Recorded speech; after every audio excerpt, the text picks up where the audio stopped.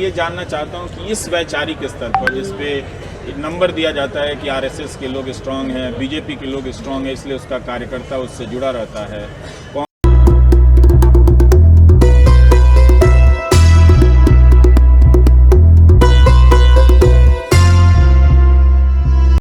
दोस्तों, मैं अली आदिल खान आपकी खिदमत में हाजिर हूं सत्यम गुफ्तन प्रोग्राम लेकर, और आप देख रहे हैं टाइम्स ऑफ पीरिया चैनल।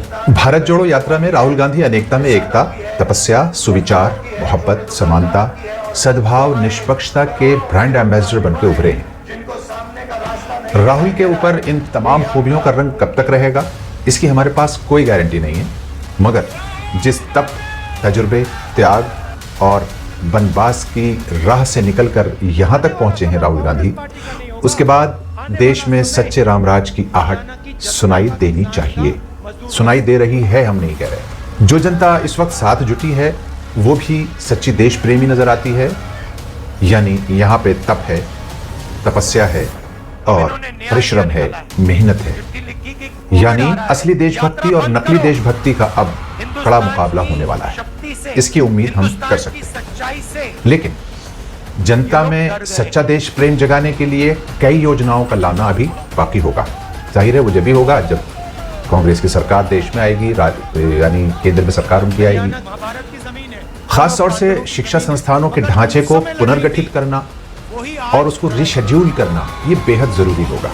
यूं तो भारत जोड़ो यात्रा में कई नए कीर्तिमान स्थापित हुए हैं, लेकिन आरएसएस के बारे में जो नई बात सामने आई है दोस्तों, वो यकीनन चौंकाने वाली है, जिसको हमें गौर से सुनना है।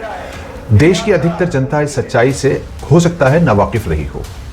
इसकी हकीकत को समझना देश के लिए जरूरी होगा, यानी आरएसएस की सच्चाई को।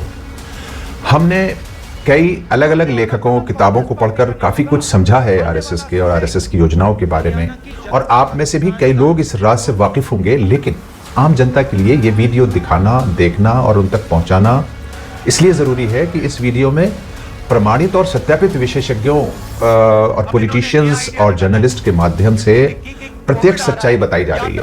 सामने दिख रहा है, वो बोल रहा है एक शख्स पूछ रहा है, दोनों सत्यापित हैं। रवीश कुमार जैसे लोग मौजूद हैं। आरएसएस देश की गद्दार संस्था है या वफादार, इस वीडियो से आपको अंदाजा हो जाएगा। तो देखें ये वीडियो, चैनल को सब्सक्राइब करने की मेहरबानी फरमाएं और अपनी राय कमेंट बॉक्स में हमें जरूर दें। हमें इंतजार रहता है आपकी राय का। बहुत शुक्रिया दोस्तों।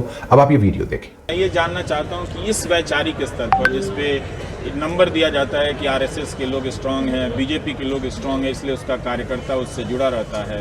कांग्रेस ने इसे अपनी कमजोरी के रूप में देखा है और इस यात्रा के दौरान इसमें आप कुछ परिवर्तन होते देख रहे हैं।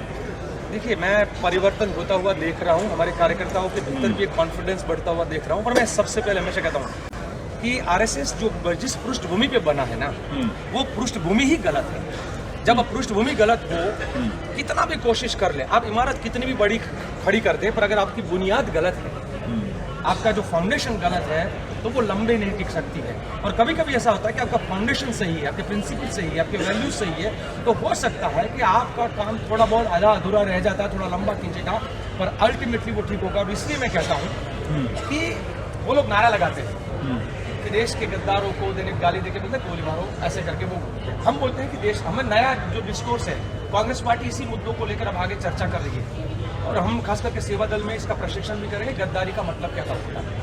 गद्दारी का मतलब मेरे देश के झंडे को जो ना माने तो देश के साथ गद्दारी हुई, राष्ट्रगान को ना माने तो देश के साथ गद्दारी हुई, संविधान को ना माने तो देश के साथ गद्दारी हुई। और इस भारत माता की जो 8 संतान है, हिंदू, मुस्लिम, सिख, ईसाई, बौद्ध, जैन, पारसी और बहाई, उस संतानों को आपस में जो लड़ा दे, तब देश के साथ गद्दारी है, इस भारत माता के साथ गद्दारी है। और ये गद्दारी कौन करता है, पूरा देश जानता है।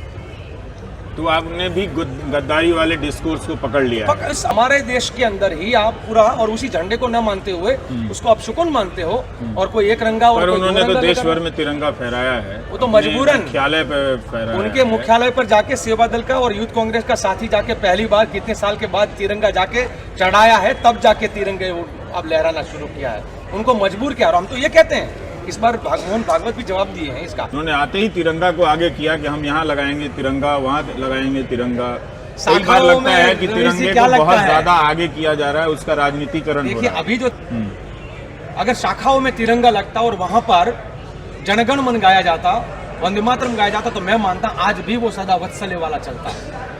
तो देश के साथ आप चाहते हैं सदा वत्सल्य बंद करके वंदे मातरम गाएं? देश का, अगर वो देशभक्ति की बात करते हैं, राष्ट्रवाद और देशभक्ति में तो क्या फर्क पता जो है, ये गाते हों? मैं तो नहीं गया हूं नहीं शाखा कहते हैं, में। हम तो जाके हमारा तो साथी जो है उसका पूरा उतना ही नहीं, हम तो पूरा उनका एनालिसिस करते रहते हैं कि देश के साथ कैसे छलावा कर रहे हैं। चलिए मैं देख रहा हूँ जाति, कि आप धर्म, लोग प्रदेश और भाषा के नाम पर लड़ने के लिए इसी तरह से बोलने वाले 2014 के कांग्रेस में नहीं थे, 2019 के कांग्रेस में नहीं थे। घबराए तो कुछ बदलाव से नजर आता है। पर आप जो वो गाना गा रहे थे, जल्दी से गा के सुना दीजिए आप।